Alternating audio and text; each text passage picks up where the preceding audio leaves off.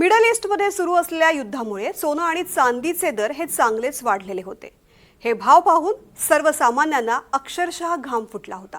मात्र आज हेच सोन्याचे दर चांगलेच उतरलेले आहेत। जागतिक बाजारपेठेमधील अनिश्चितता आणि युद्धाच्या सावटाखाली गुरुवारी सोन्या चांदीच्या किमतीमध्ये मोठी पडझड पाहायला मिळाली आहे। फ्युचर मार्केटमध्ये सोन्याचे भाव सुमारे 3200 रुपयांनी तर चांदीचा भाव तब्बल 11,900 रुपयांनी घसरलाय। या मोठ्या घसरणीमुळे सर्वसामान्य ग्राहकांना दिलासा मिळालेला आहे। नेमकी काय परिस्थिती आहे पाहूयात।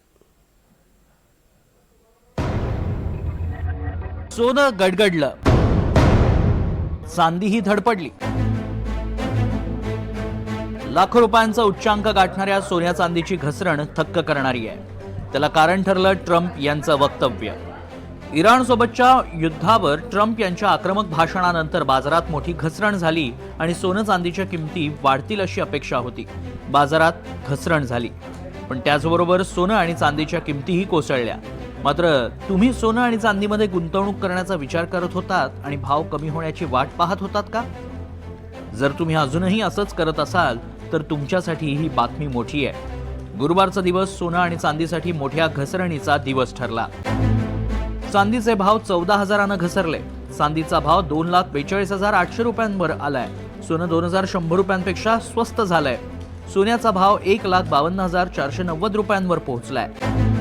इराणसोबत सुरू असलेल्या युद्धावर अमेरिकेचे राष्ट्राध्यक्ष ट्रम्प यांनी केलेल्या आक्रमक वक्तव्याचा परिणाम हा सर्वत्र जाणवतोय।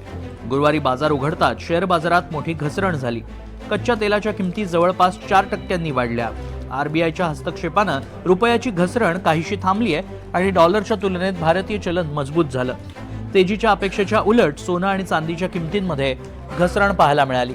इराण अमेरिकेतील संघर्षाचा परिणाम आंतरराष्ट्रीय बाजारावरही जाणवला। बाजाराची स्थिती काय पाहूया। स्पॉट गोल्ड 2.26% घसरून $4,650 नीचांकी पातळीवर पोहोचलं। स्पॉट सिल्वर 4.60% घसरून $71.50 पोहोचलं। कॉमेक्स गोल्ड $4,813 तर कॉमेक्स सिल्वर जवळपास 6% घसरून $71 स्थिरावलं।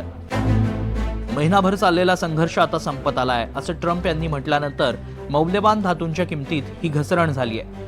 गरज पडल्यास अमेरिका पुढील 2 ते 3 आठवड्यात इराणवर अत्यंत कठोर हल्ला करू शकते असा इशाराही त्यांनी दिला।